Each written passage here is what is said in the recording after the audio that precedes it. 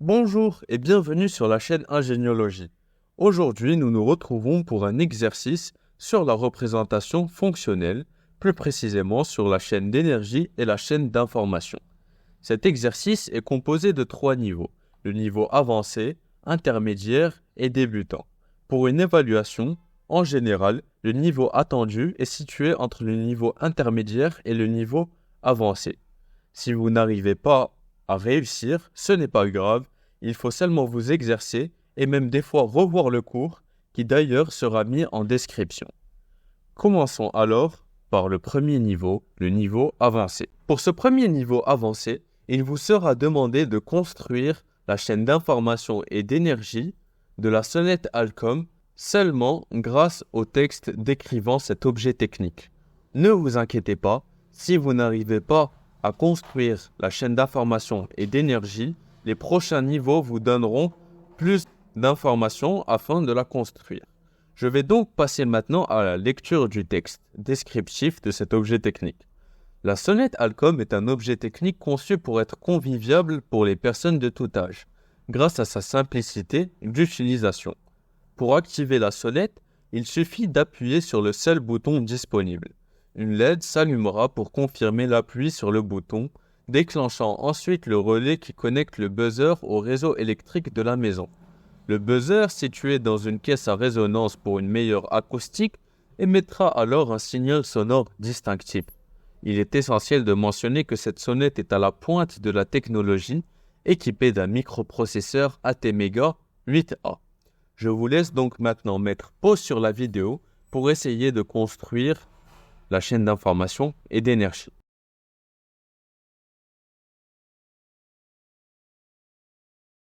Pour ce niveau intermédiaire, vous aurez, en plus d'un texte descriptif de la sonnette Alcom en votre disposition, une chaîne d'information et une chaîne d'énergie vierge.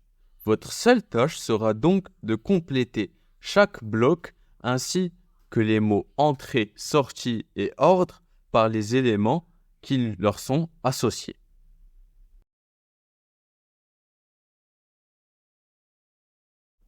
Maintenant, avant de passer au niveau débutant, je vais expliquer le fonctionnement de cette sonnerie pour ceux et celles qui ne l'auraient pas compris. Comme précisé dans le texte explicatif de l'objet technique, lorsque le bouton est pressé, la LED s'allume. C'est-à-dire que lorsque le bouton est pressé, un signal est envoyé au microprocesseur qui va donc envoyer l'ordre d'allumer la LED pour informer à l'utilisateur que ce dernier a bel et bien pressé le bouton. De l'autre côté, c'est-à-dire du côté de la chaîne d'énergie, le microprocesseur enclenche le relais. Cela permet au réseau électrique d'atteindre le buzzer qui émettra un son qui sera amplifié ou en quelque sorte transmis par la caisse à résonance. Maintenant, vous avez tous les éléments nécessaires pour compléter la chaîne d'information et d'énergie. Je vous laisse donc avec le niveau débutant afin que par la suite nous passons à la correction.